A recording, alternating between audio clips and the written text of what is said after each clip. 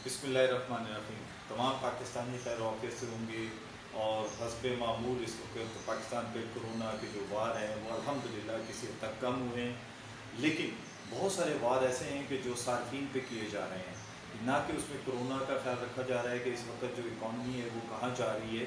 एक तरफ वज़ीर-ए-आज़म पाकिस्तान वो रोज़ाना आकर एक ही बात करते हैं कि आप घबराना नहीं है, इंशाअल्लाह तब मामला ठीक हो जाएंगे, लेकिन वो मामला कैसे ठीक होंगे?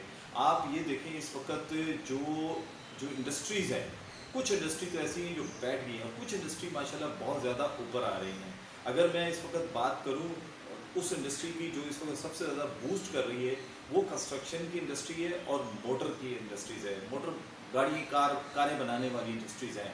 आपके सामने अमूमन मैं देखता हूँ कि हर डेली एक यूट्यूब पे एक वीडियो आएगी जिसमें एक नई कार दिखाई जाती है, उसकी कीमत बताई जाती है, लेकिन जब आप उस कार को ख़रीदने जाते हैं तो आपको ये पता चलता है कि वो कार जिस कीमत में बताई जा रही है उस कीमत की नहीं है। और फिर दूसरी बात है कि उस कार को लेने के लिए जो आपको दिन दिए जाते हैं वो दिन नहीं होते, बल्कि हफ्ते भी नहीं होते, महीने में आपको कन्वर्ट कर दिया जाता है। यानी कि आप अगर मिसाल के तौर पे आज अगर कार बुक कराएंगे तो ये कार आपको मिलेगी अगस्त के बाद, अक्टूबर नवंबर में भी 2021 के बाद।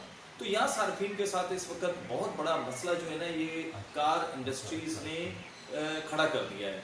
और ये इंडस्ट्रीज इस वक्त हम तो खुश हैं कि चलें अगर वो बूस्ट कर रही है बेशक करें, लेकिन जालिमाना हरकतें अपनी बंद करें।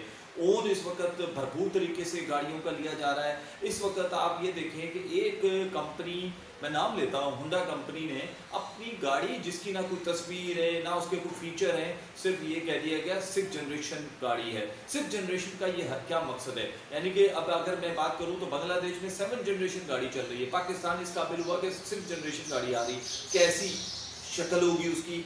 और उसका जबकि 1.3 जो कम से कम था इनकी सीसी, उसको 1.2 पे लेकर आ गए।